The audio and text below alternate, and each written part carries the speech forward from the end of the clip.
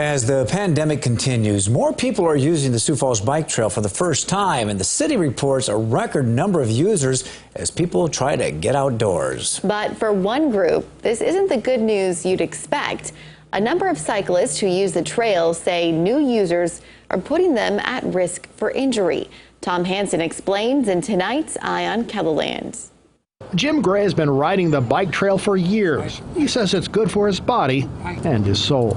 I tell people it's an overwhelming sense of well-being that comes from the physical fitness of being out here, and I just ride against myself. I just do it to see how many times I can do it. But that enjoyment isn't what it used to be. Nowadays, there's a certain amount of stress that comes with riding on the bike trail. On your left.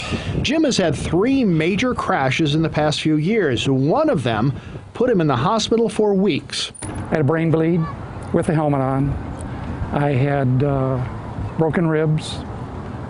What else was wrong? Broke my back in 2 places. Along with a dislocated collarbone, dislocated shoulder, internal bleeding, and bruises and scrapes, his most recent crash wasn't the most serious, but it was scary. A family on bikes riding 3 abreast coming towards him. I looked up and saw him, and long story short, head-on collision. They left me a little room, but at the last moment, a young boy lost control of his bike, and we hit head-on. And with that, I flipped over my bike again. Jim says he was headed east. When he landed, he was headed west. Luckily, the little boy was okay. He says when it comes down to people walking or riding and just not paying attention or just not knowing they're putting themselves and others at risk, the city says they know there is a problem. Safety has been a constant conversation for us. Ways we look to improve, as the community grows and we get more trail users, just trying to find ways to communicate trail etiquette and the rules of the trail to different trail users. Well, right now there are some rules posted, and you'll find them on signs like this: 15 mile an hour speed limit, and then talking about advising when to pass. And for more information, you can look up this. But some people say more is needed. We've got kiosks up around the trail that talk about speed, ask people not to walk 4 abreast and take up the entire trail, just to be courteous of all the trail users, because obviously the bicyclists are going to be going faster than the walkers and joggers, but yet we need to make sure that everybody is safe and courteous on the trail.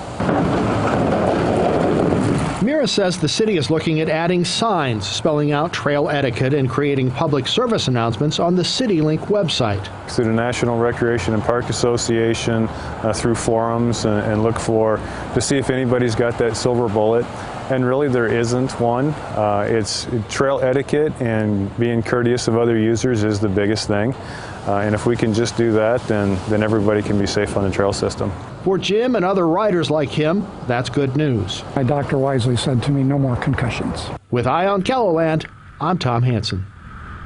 So here are the rules for the road at the bike path. Control your speed. There is actually a speed limit of 15 miles per hour. Keep to the right. Yield to pedestrians and slower moving traffic, except when passing. Be careful at those crossings. Look both ways.